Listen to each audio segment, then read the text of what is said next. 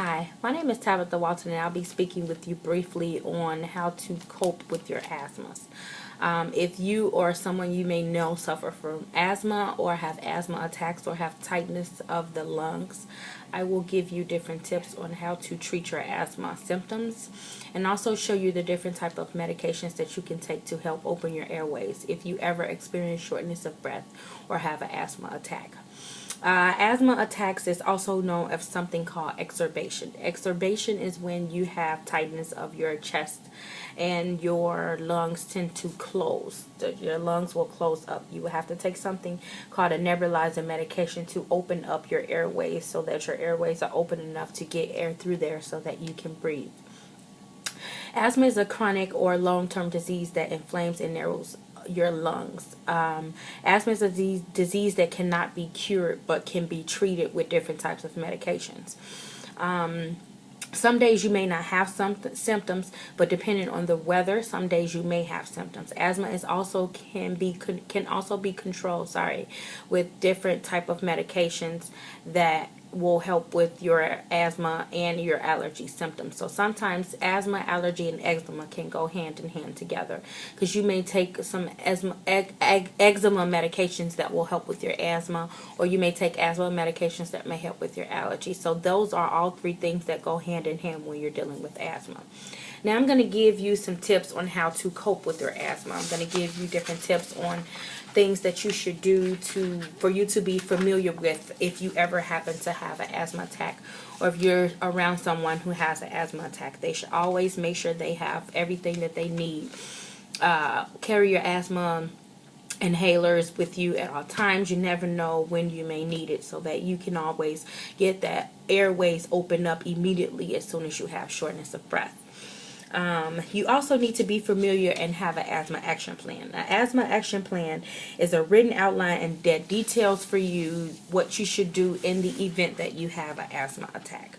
You also need to keep the necessary medications on hand, like I said before, at all times, because you never know when you need to use those asthma medications. And if they are not near, sometimes you can't get to them. You may not get to them in a timely manner, and you may cause severe damage to your lungs.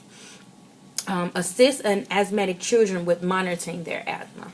My son has asthma, and although he's 9, he's able to take his medications by himself, but I also have to monitor him to make sure that he takes his asthma medications as he should take them, because not all people who take asthma medications are actually taking them properly.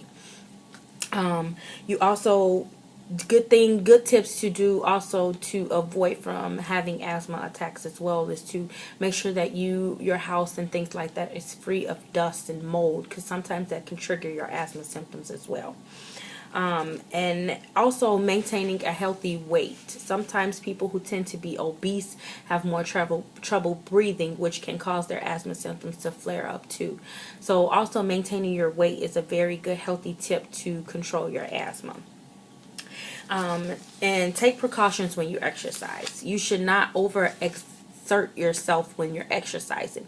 If you feel that you are doing too much, then you need to just make sure that you come down to a level to where you're comfortable and you're able to breathe, and practice your breathing also when you're doing different type of activities and exercise. And also it's important to make sure that you keep your inhaler with you at all times. Avoid humidifiers or swamp coolers.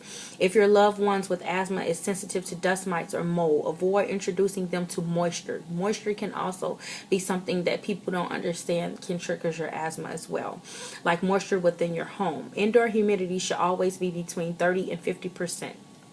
Cook when you're cooking at home. Know that the foods you eat may trigger your asthma symptoms as well. So also want to just make sure you watch what you're intaking to make sure that you have the ability to maintain your asthma symptoms. I also just want to talk a little bit more about the different type of inhalers you can take. I'm going to just show you briefly an example of the different type of respiratory inhalers that you can take to help maintain your asthma. This is just a list of the different type of inhalers that you can take to help control your asthma. Now my son is 9 years old and he suffers from asthma. He's been on at least 7 different medications before we actually found